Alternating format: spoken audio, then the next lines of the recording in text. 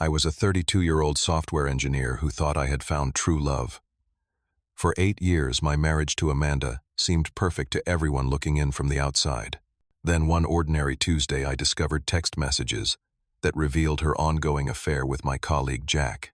What she never expected was that her calculated plan to access my family's substantial trust fund would backfire so dramatically. The luxury vacation she planned with her lover turned into something entirely different than what she imagined. Before I tell you how my wife's greedy plan exploded in her face, let me know where you're watching from and hit that like and subscribe button if you've ever had someone underestimate your ability to fight back. Growing up, I had every advantage a person could ask for. My parents built a successful chain of specialty grocery stores across the Northeast, starting from a single location they purchased when I was just 3 years old. By the time I was ready for college, their business had expanded to 23 stores and afforded our family significant wealth. Despite our financial status, my parents raised me to value hard work and integrity above all else. I attended Stanford on a partial academic scholarship, insisting I wanted to earn my own way despite my parents offering to cover all expenses. After graduating with honors in computer science, I landed a job at a prominent tech company in San Francisco, determined to build my own success story separate from my family name. What most people in my daily life did not know was that my grandparents had established substantial trust funds for all their grandchildren. Mine was worth approximately $4 million, but with specific conditions. The principal amount would only become fully accessible when I turned 35, with limited disbursements allowed for education, housing, and emergency situations before that time. This arrangement never bothered me since I was focused on creating my own path. Throughout my 20s, I dated occasionally, but never found someone who connected with me on a deeper level. Most relationships fizzled out after a few months. I always worried that my family's money complicated things, making it difficult to know if someone liked me for who I was rather than what I had. Then everything changed when I met Amanda at my college roommate Thomas's wedding. She was a bridesmaid, a friend of the bride from her yoga studio. The moment I saw her laughing with genuine warmth while helping an elderly guest to their seat, I felt something stir inside me. Her long auburn hair caught the light as she moved gracefully through the reception hall. When our eyes met across the room, the connection was immediate and powerful. Working up my courage after a glass of champagne, I introduced myself. Our conversation flowed effortlessly for hours. Amanda was intelligent, witty, and seemed genuinely interested in my work rather than my background. When I mentioned my parents owned a grocery chain, she simply nodded and asked more questions about my coding projects instead. "I have always admired people who build things," she said. "Whether it is software or businesses, creating something from nothing takes special talent." That night we talked until the venue staff began stacking chairs around us. I asked for her number, and our first official date was set for the following weekend. What followed was a whirlwind romance that moved faster than anything I had experienced before. Within 3 months, we were spending nearly every night together. By 6 months, we were discussing our future with certainty that seemed almost miraculous.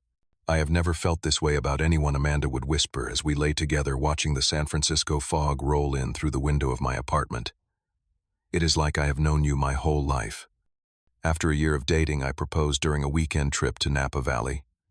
I had arranged a private sunset hot air balloon ride, getting down on one knee as the vineyards spread out beneath us in golden evening light. Her joyful tears and emphatic yes made me feel like the luckiest man alive. We married 8 months later in a beautiful ceremony at a historic San Francisco hotel. My parents generously offered to cover the wedding expenses, and while Amanda initially protested, saying we should keep things simple, she eventually accepted their generosity with gracious appreciation. The event was elegant, without being ostentatious, exactly what we both said we wanted. Our first 3 years of marriage were everything I had ever hoped for in a relationship. We bought a beautiful home in an upscale neighborhood, enjoying the process of making it our own. Amanda had a promising career in pharmaceutical sales that she seemed passionate about. We traveled, entertained friends, and built what looked to everyone like an ideal life. My parents adored her, often commenting on how perfectly she complimented me. "She balances you out, Hayden," my mother would say. "You get so focused on your projects, but she helps you remember to live a little." Looking back now, I can see the earliest warning signs that something was shifting, though. At the time, they seemed like natural evolution in a relationship. Around our 4th anniversary, Amanda began showing more interest in luxury brands and upscale experiences. The woman who had once insisted we donate to charity instead of buying anniversary gifts now subtly hinted at designer watches and exclusive vacation packages. Her questions about my family business became more frequent and specific. At first, I thought she was just taking more interest in that part of my life, which I appreciated. Then came the conversations about my trust fund. "So your grandparents set this up for all the grandchildren?" she asked one evening as we prepared dinner. "That was incredibly generous of them. When exactly do you get full access to it?" I explained the terms again, mentioning the age 35 requirement. "But honestly, it is not something I think about much. We are doing great on our own right." Her smile tightened slightly. "Of course we are. I just think it is smart to have a clear picture of our financial future. Planning ahead is important." More concerning was her changing attitude toward my parents. The warm, engaging woman who had charmed them completely now occasionally made comments about their conservative approach to sharing their wealth. "Your parents could easily set you up to start your own tech company," she remarked after a family dinner, "instead of working for someone else. Do not. They want to see you succeed on a bigger scale." These comments confused me. My parents had always been tremendously supportive while encouraging independence. Their approach to money had served our family well, and I had never felt entitled to direct access to their wealth. Around this time, my company hired Jack Donovan, a brilliant but somewhat arrogant programmer who quickly became known for both his technical skills and his expensive tastes. Despite a salary comparable to other team members, Jack drove a Porsche and wore designer clothes that seemed well beyond his means. When I introduced him to Amanda at a company function, they seemed to hit it off immediately. Soon Jack was a regular guest at our dinner parties and weekend barbecues. I was pleased that my wife and colleague got along so well, never suspecting that their shared appreciation for luxury was forging a connection that would ultimately destroy my marriage. "Jack has such ambition," Amanda commented after one dinner party. "That startup idea he mentioned could really take off. Have you considered investing in it?" When I expressed concerns about the viability of his business model, Amanda seemed unusually disappointed. "Sometimes you have to take risks to get ahead, Hayden. Not everything can be as safe and planned out as your family's approach." The first major argument about finances came shortly after our 6th anniversary. Amanda suggested that we approach my parents about accessing my trust fund early to invest in real estate opportunities she had been researching. "Property values in this area are only going up," she insisted. "If we wait 3 more years until you turn 35, we could miss the market completely." I explained that the trust terms were ironclad, established specifically to protect family assets, until the beneficiaries reached an age of presumed financial maturity. Even if we asked, there is nothing my parents could do to change the terms. The trustees have fiduciary responsibilities that prevent modifications. Her reaction stunned me. "So basically, you do not trust me enough to fight for our financial future." "I am just trying to build something for us, Hayden. This has nothing to do with trust," I protested. "These are legal structures put in place long before I met you. Why is this suddenly so important?" She stormed out of the room, leaving me confused about how our values had seemingly diverged without me noticing. The Amanda I fell in love with had always emphasized that money was secondary to experience and connection.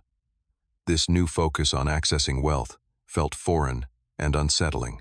The subtle changes in Amanda accelerated over the next year. She began having unexplained absences, claiming extra work events and girls' nights that seemed to multiply. When she was home, she guarded her phone, carefully changing her password and angling the screen away when I entered the room. Our physical intimacy declined dramatically. Attempts to discuss this change were met with accusations that my work schedule was to blame, though nothing about my hours had actually changed. Emotional connection frayed as conversations became superficial exchanges about household logistics, rather than the deep discussions we once shared. My initial concerns were met with defensive outbursts that made me question my own perceptions. Was I being paranoid? Had my own work stress made me hypersensitive to normal marriage fluctuations? I desperately wanted to believe everything was fine. The discovery came by complete accident. Amanda had asked me to check an email confirmation for a dinner reservation on her laptop while she got ready. When I opened the browser, her email was already logged in with a message thread open between her and Jack. My eyes caught phrases that stopped my heart. "Miss your touch, and cannot wait until he is out of town next week." With shaking hands, I clicked through the email history, each message delivering another blow. Their affair had been ongoing for at least 7 months, with detailed accounts of hotel meetings during her supposed girls' nights and work events. They had established elaborate signal systems and cover stories. Most devastating were their explicit discussions about my family's money. In one exchange, Jack asked, "How much longer until we can access the trust fund?" Amanda replied, "Just 2 more years. His family is loaded, and half of everything is mine by law. We just need to be patient and strategic." They had researched prenuptial agreement loopholes, discussed the value of my family business, and even strategized about how to maximize her position in an eventual divorce. My entire marriage suddenly appeared as an elaborate long con with me as the oblivious mark. When Amanda emerged from the bathroom, I was sitting motionless, the laptop open to their messages.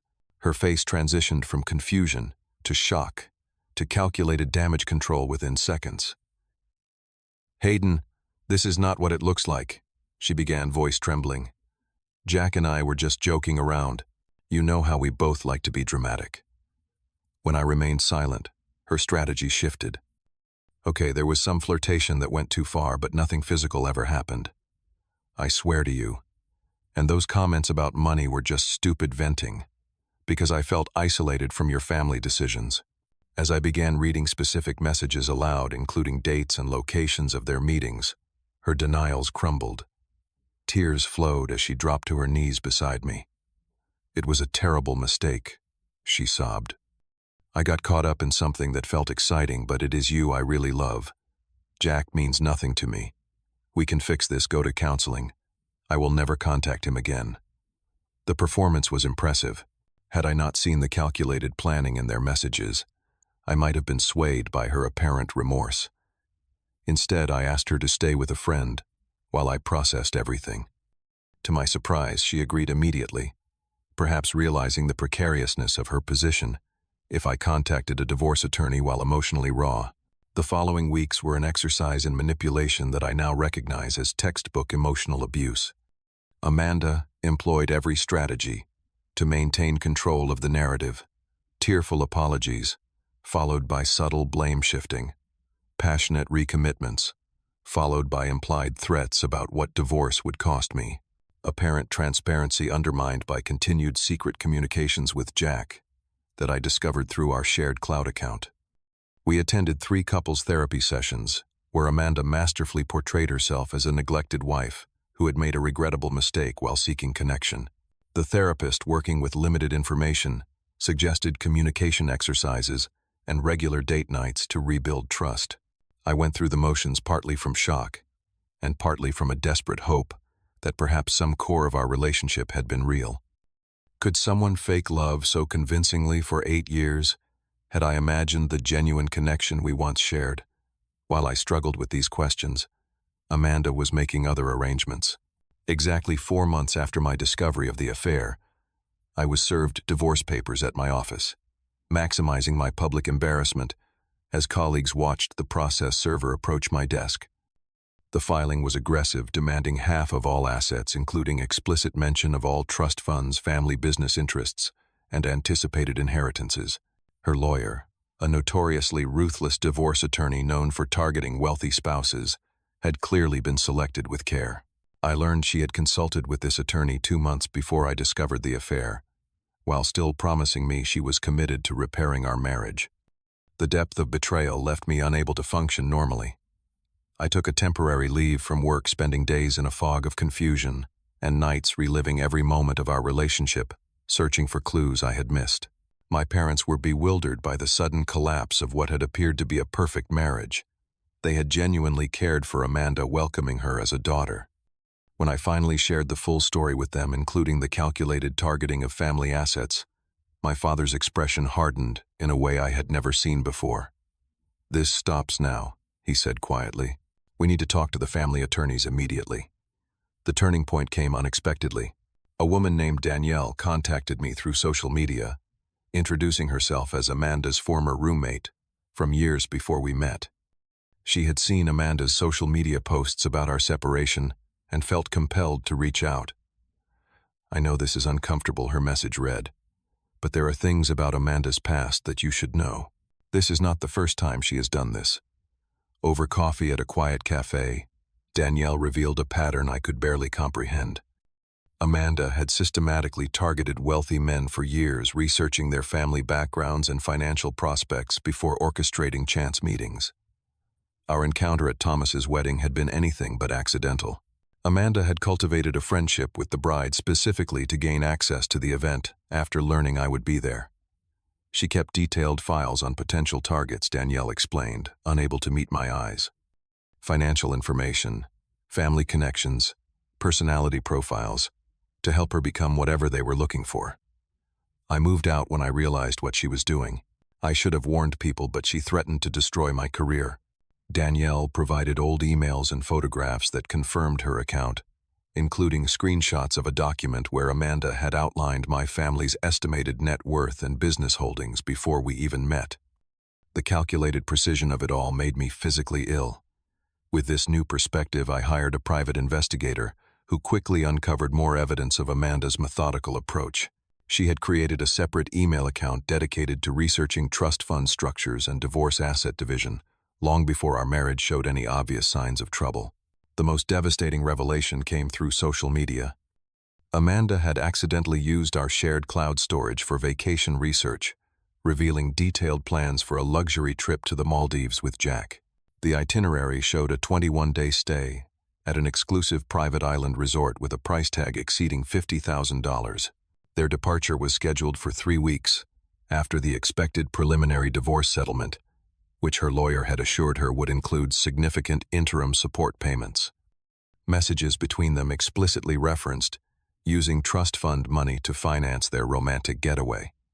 Photos showed Amanda shopping for resort wear, using my credit card, while actively pursuing the divorce. The brazenness of it left me breathless. That night was the darkest of my life. Alone in the home we had once shared, I confronted the complete devastation of what I had believed was a loving marriage. Every memory was now tainted with doubt.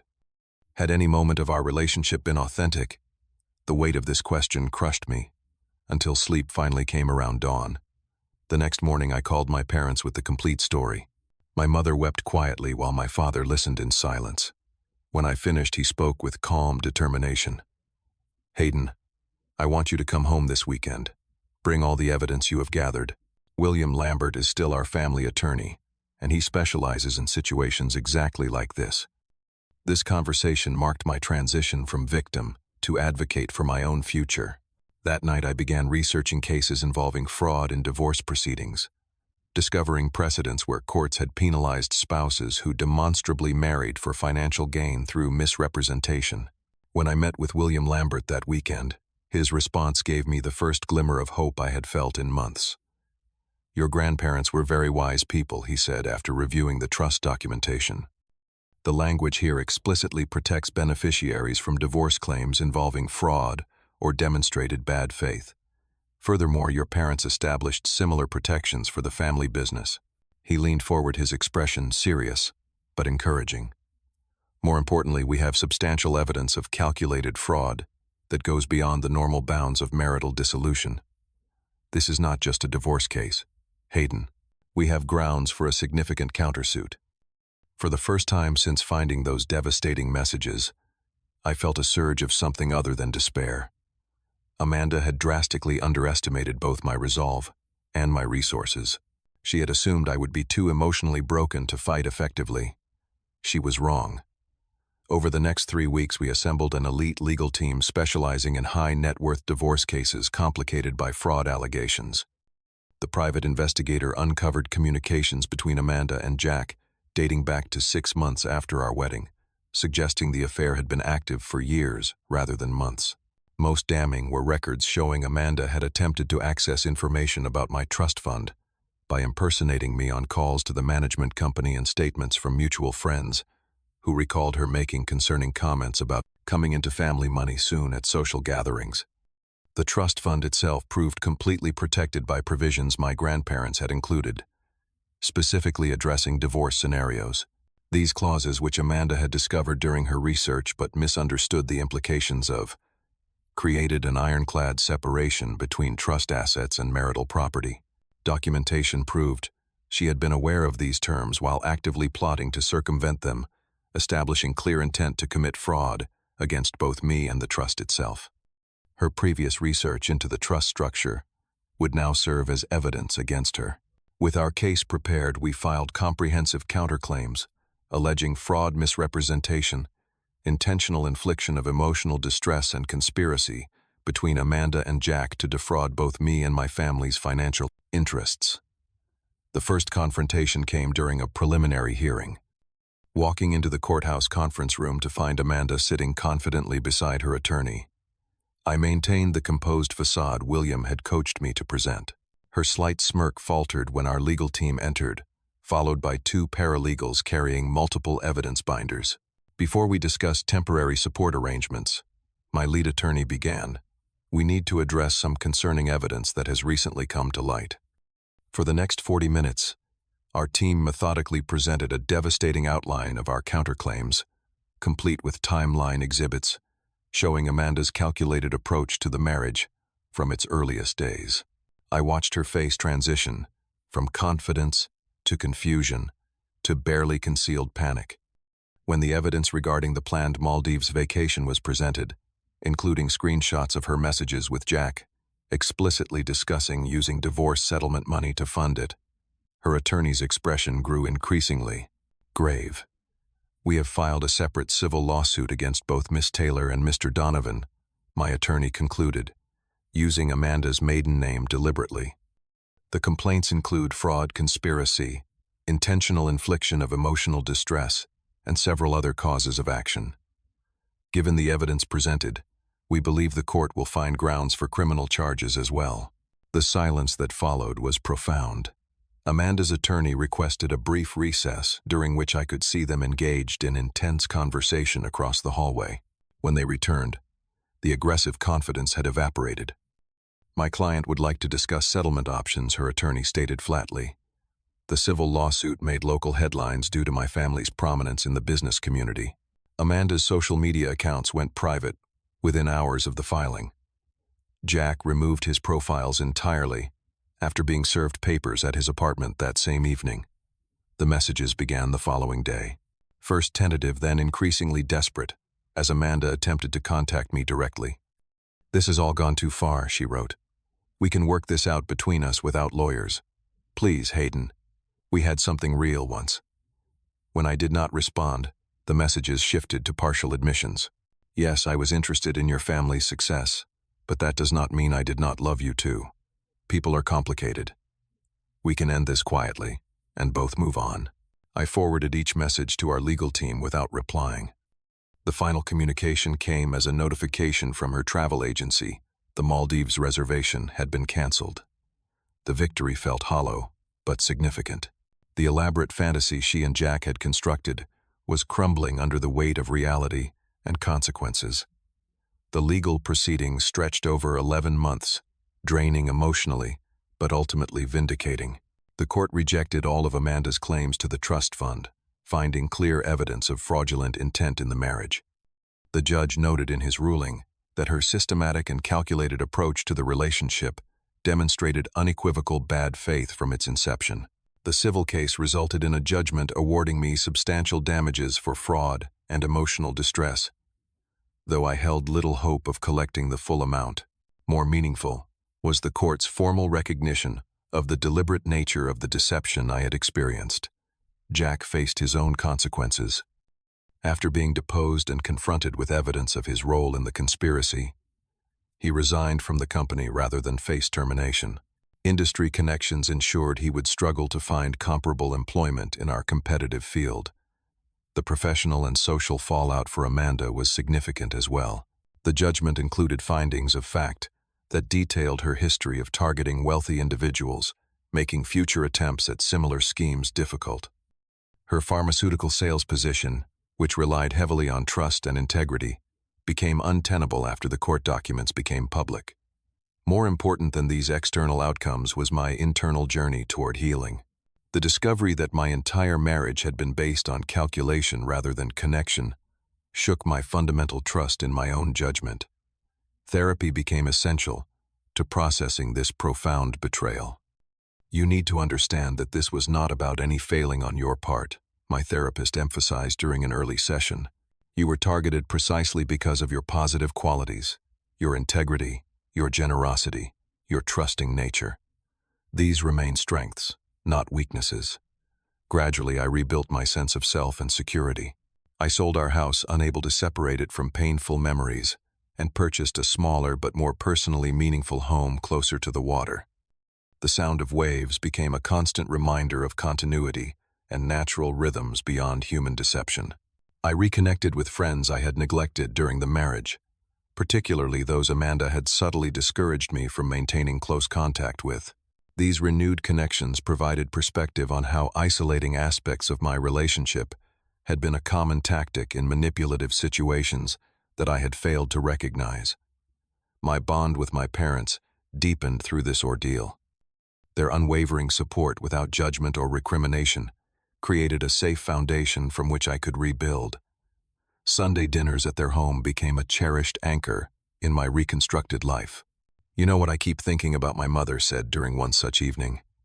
"How fortunate we are that there were no children involved in this situation. That would have complicated everything immeasurably." She was right. Despite occasional discussions about starting a family, Amanda had always found reasons to delay. I now recognize this as another calculated decision on her part, avoiding complications that might interfere with her eventual exit strategy.